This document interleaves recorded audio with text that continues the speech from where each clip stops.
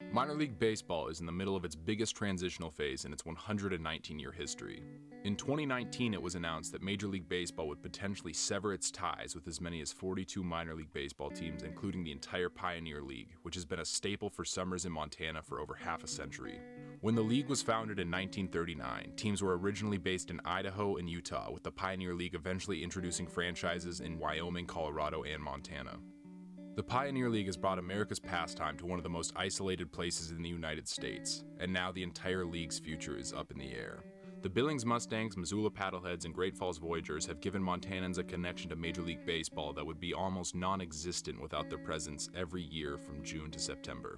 If this proposal goes through, it would leave the nearest professional baseball teams to Montana in Spokane, Washington, Salt Lake City, Utah, and Denver, Colorado.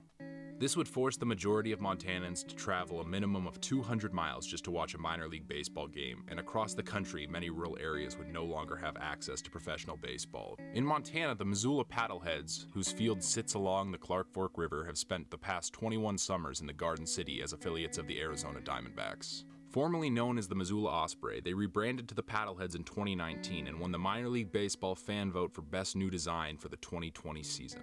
The Billings Mustangs have been a minor league franchise in Montana since 1948 and affiliated with the Cincinnati Reds since 1974, and the relationship between the Reds and Mustangs is one of the longest in all of short season baseball. In 2008, the city of Billings spent nearly $14 million to build their home of the future, Dealer Park. When the city invested this money into the stadium, they expected the Mustangs and Dealer Park itself to be a cornerstone of the community for decades. Like Billings, Great Falls has been home to a minor league team since 1948. They rebranded from the Great Falls White Sox to the Great Falls Voyagers in 2008. The Voyager name refers to the 1950 Mariana UFO incident, which was filmed in the sky above the home of the Voyagers, Centene Stadium, by the team's general manager, Nick Mariana. In the past 20 years, Montana has already lost 2 minor league baseball teams from its communities. The Butte Copper Kings spent 22 years in Montana before leaving Butte in 2000 and eventually settling in Grand Junction, Colorado. Recently, in 2018, the Helena Brewers franchise moved to Colorado Springs, Colorado after spending 29 years in the state's capital. The Pioneer League has been the first stop for some of the most exciting players in the history of baseball. From Hall of Famers like George Brett, Pedro Martinez, Trevor Hoffman, and Ryne Sandberg, to modern-day superstars like Paul Goldschmidt, Joey Votto, and Nolan Arenado, to future stars Nick Senzel, Joe Adell, and Jeter Downs.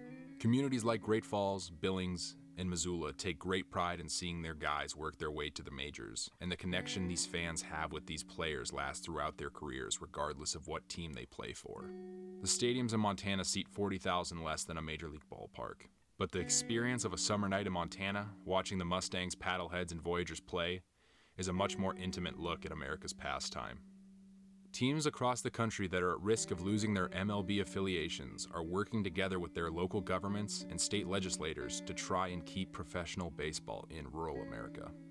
I mean, I would say Major League Baseball could be making a short-term financial gain for a long-term loss, because the fan connection to Major League Baseball is connected to the fact that they get to see these players right here in town. Like I said, you can go to 38 games in a short season, walk to the stadium from your house, or drive a couple miles to get there. That's a significantly different connection than if we're going to make a 8-hour trip, spend the night. I mean, it just isn't going to happen at the frequency. So I think the fan base is going to be eroded rather than strengthened. We think that the most important thing for Major League Baseball to hear is what this team means to our community. If we were to go quietly, it would be a detriment to our community, and it would be a disservice to our fans. So our number one priority is making sure that they hear our community's voices.